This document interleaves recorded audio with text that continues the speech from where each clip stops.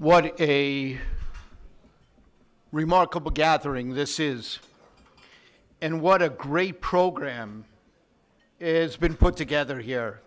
So to my dear friend Cole Durham, one of the great scholars in the field of the relationship of church and state and of religious freedom, to Dr. Shenturk and Brian Adams, we all thank you. And please join me in expressing our appreciation to all those who put this conference together.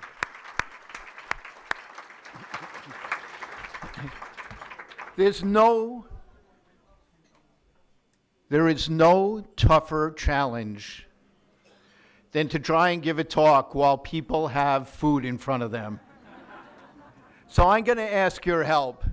If you're done with your dessert, if you could just turn your chair around so I get the opportunity to look at you during this time, I would greatly appreciate it. If you're still eating, go ahead, fill up, but do it without clanking the silverware on the plates.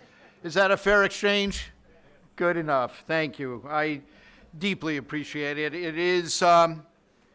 This is an exhilarating experience.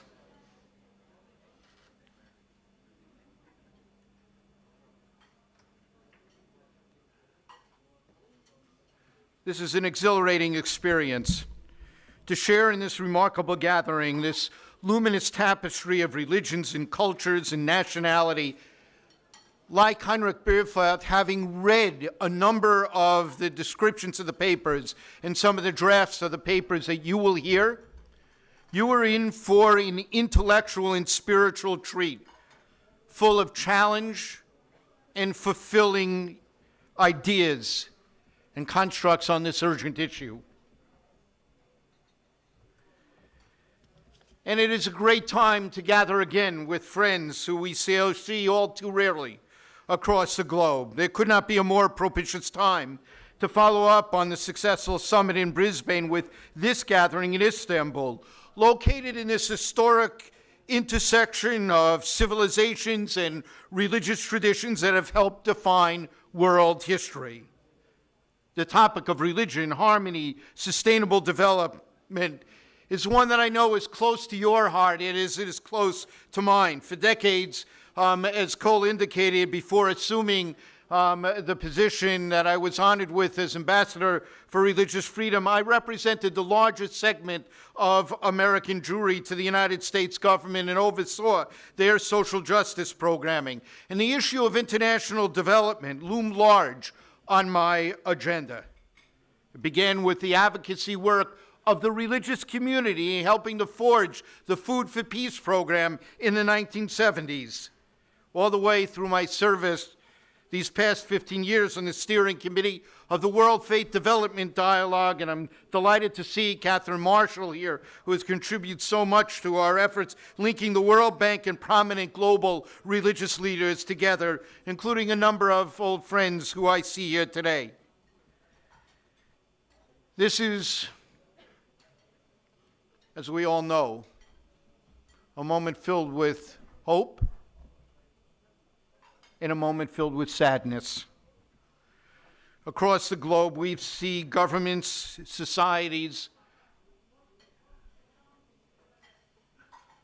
non-state actors, in the name of religion too often, intensify their practices of hate in speech and in action on the streets of our cities, in countries near and far. We see those who resort to violence, conflict as terror, as a way of resolving differences and achieving domination over others. We see as well the structural, legal, and economic injustice and inequities that still flourish in too many places, taking such a human toll. One of the most effective antidotes to this hate, this violence, this injustice, is the power and effectiveness of interfaith communities of the world working together.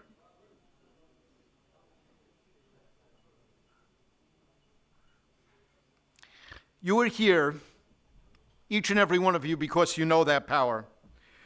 While we all have challenges we must face on our own, within our own faith communities, And at times we can do some of our best work within our own communities. When we can work together in our vast numbers, we can achieve things none of us can achieve alone. When we can act together effectively, it can be a geometric increase in what we do singly, in our engagement, our openness to hear and learn from each other. We enrich ourselves not only by learning about others with whom we are in cooperative dialogue, but all including learning about those where lack of understanding had long bred mistrust and alienation. But paradoxically, in our exchanges, when we must explain clearly to our interfaith allies, brothers and sisters of our own traditions, and test our own long-held assumptions by the new perspectives we encounter, we deepen and sharpen our understanding of our own faith traditions. And in the very act of doing what we are doing here tonight and over these next days, in the very act of meeting and sharing and dialoguing and working together to bridge the divides and enhance cooperation, we are modeling exactly the kind of world of which we dream and which we all strive to create. Most over these next days will address the role of religion in this work of harmony and sustainable development. Because of my mandate, and I see Katrina Lantos-Sweat and others who have devoted so much to the cause of religious freedom here, I'm going to shape my remarks on the issue of religious freedom and its relationship to harmony and sustainable development. For religious freedom promotes conditions that enhance the ability of religious communities and institutions to express their values in public, to shape the attitude of their followers, and influence policies of their governments in ways that enhance sustainable development goals. Think of the Jubilee campaign on debt relief, the role of engaged religious communities during the HIV/AIDS crisis, the influence of Pope Francis in changing the local, national, and international conversations on the poor and on sustainable environmental practices. Religious communities and institutions have advanced ideas that relate so keenly to sustainable development. Protecting God's creation, accepting responsibility to generations yet to come, one of religion's great contributions to human thought. Living out the obligation to share God's wealth with those of God's children who are less fortunate, not only as a matter of caritas, of charity, but using the words from Hebrew and Arabic, as a matter of fundamental justice, of which many of us understand the divine calls us to do. Harnessing the passion for peace and reconciliation, realizing the obligation rooted in the belief that human beings are created in the image of the divine and charged to imitate God, that human beings are endowed by their Creator with certain unalienable rights, and that each human being has the right to fulfill his or her potential. Now, all these are crucial to achieving greater human rights, sustainable development goals, and greater protection of God's creation. As Pope Francis has powerfully, eloquently, and urgently challenged us, perhaps the most intuitively religious of the great social issues of our day is the challenge of protecting the environment. Think about this. There are millions of houses of worship across the globe. Can you imagine if every one of them took seriously actually contributing to sustainable development,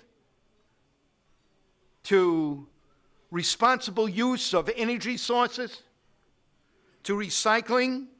What a difference it could make, and particularly if they inspired their members and followers to act. It truly can transform the globe. Most indigenous peoples have always lived and spoken powerfully for the natural world that sustains us all. For those of us in the Abrahamic tradition, the foundation of such care is clear. We know why we must be involved. The earth is the eternal's and the fullness thereof. What we own in a trust relationship with God. And that trust requires us to protect God's creation. But the unprecedented urgency of today's crisis challenges our ability to apply our values and traditions to the world in which we dwell. A crisis whose complexities we are only now beginning to see. For our generations, the generations represented in this room, will be marked as the first to see our planet home entrusted to us, the first to really see it. The picture of the whole Earth taken from outer space is the defining image, the icon, the revelation of our generation. No other humans before us experienced this phenomenon. And as we see God's creation from afar, this blue-green home with its great forests and seas, mountains and creatures, it is sweet and precious and good, the way God created and beheld it, Ki Tov, and it was good. But just at the very moment in human history when we see with clarity and wonder and awe how precious is God's creation, we are suddenly confronted by startling evidence of its peril and of damage already being wrought by our own hands, by our greed, by our ignorance, by our indifference, affecting all of us indiscriminately. Global warming, ozone depletion, melting ice caps, which have melted faster in the last 40 years than in the last 10,000, rising sea levels, the escalating eradication of entire species of life, destruction of our rainforests, escalating world population. Numerous current studies show that climate change is advancing far faster than pessimists predicted even a decade ago. Whatever our experience in our particular locale might be, 2014 was the warmest global temperature on record, and NASA and NOAA, the two U.S. agencies that follow this most closely, tell us that 2015 will be even warmer by the end of this year.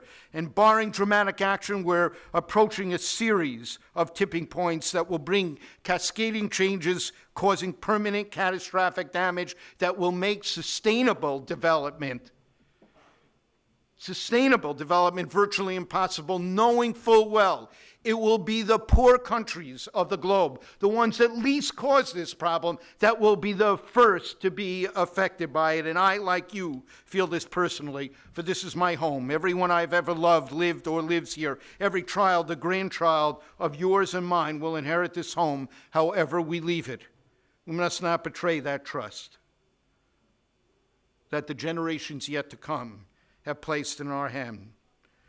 And so to development, which religious freedom allows religious groups across the globe who see humanitarian and developmental work as essential to their obligations to provide key social services, healthcare, education, food programs, rehabilitation programs, and other. All of us can cite instances where nations or regions that have dysfunctionally in crisis, unable to provide for their citizens, in which religious entities have filled that void, providing vital social services and building relations and trust among segments of that nation. Unfortunately, there are some groups that are doing that. They use that to mobilize recruits for violent extremism, who take advantage of the lack of government capability to build support for their own goals. And in response to that, we sometimes see governments act overbroadly, restricting all or most expressions of religious life, impose crippling regulatory schemes on religion, or outright ban religious groups from engaging in development and humanitarian work. And society and the most vulnerable pay the significant price of that. So too, there are countries that deny rights to members of minority or disfavored religious and ethnic groups and restrict their residents from obtaining government services. Let me just mention one example. It's been on many of our minds recently, and I'm not going to take the obvious one of Syrian refugees, but the Rohingya Muslims in Burma, denied a transparent, non-discriminatory, voluntary pathway to equal rights and to citizenship, continuing to face severe legal and economic and social discrimination, an enormous challenge, another wave of migrants, often so far around the world that except for our friends who come from that area, the world is often not on our radar screens. And I mention it precisely because we must never give up hope. The extraordinary results of the election that happened give an opportunity to begin to address structural problems that hold out hope for everyone in that country, in the region, across the globe. While religious groups are by no means immune to the temptations of corruption or the abuse of power, there are many areas in which local religious institutions are amongst the most stable, most trusted, most accountable entities serving those communities, where failure to engage them in sustainable development work by governments, international agencies, ignores an indispensable resource. Indeed, houses of worship are often the only institution in small communities in countries across the globe capable of doing good work, even while, in the local level, they may be ill-equipped to function in partnership with international governmental entities, large foundations or NGOs, donor entities, and they need guidance and training and a system that is simple and accessible through which they can contribute to sustainable development goals. Heinrich Bielefeld made this argument. We tend to look to the large entities, forgetting the powerful cumulative impact that the smaller entities can have if we could only engage them in a constructive manner. Sustainable development works best when there is engagement from the local communities in shaping programs. And the connection between religious freedom and development is increasingly visible in the academic literature as well. Academic advocates like Brian Grimm and Greg Clark and Robert Snyder and Ilana Lone and Sha-Min Lee and Jun Wu and several, I think a couple are here with us during this conference, have contributed, have demonstrated the correlation between religious freedom and economic growth. Brian's work explains that greater religious freedom correlates with higher levels of GDP. That when there is religious freedom, there is less corruption and increasingly less religious violence. According to Alone's work, countries that have legal protections for religious freedom and treat all members of all religions equally in terms of the distribution of resources have the best economic performance. I think most of you know some of the reasons behind why many think this is true. One thread focuses on Max Weber's argument that certain religious beliefs foster certain traits that are conducive to economic growth, the ethics of hard work, practicing thrift, being honest. Others argue that the social capital that flows from religious gatherings and interactions, religious plurality and diversity, and religious interactions fosters creativity, innovation, entrepreneurship. These analyses cause interesting but difficult questions. Which is the cause and which is the effect? Does economic growth lead to religious freedom? Or does religious freedom lead to greater economic growth? Or do both occur under other conditions that have not fully been explored? Even as the tough work of implementing sustainable development goals continues, we have seen governments, societies, non-state actors, and even religions resort to spreading intolerance, violence, conflict, and terror as a way of addressing differences. And one of the most effective, as I indicated, antidotes to this is religious freedom, which is so under attack.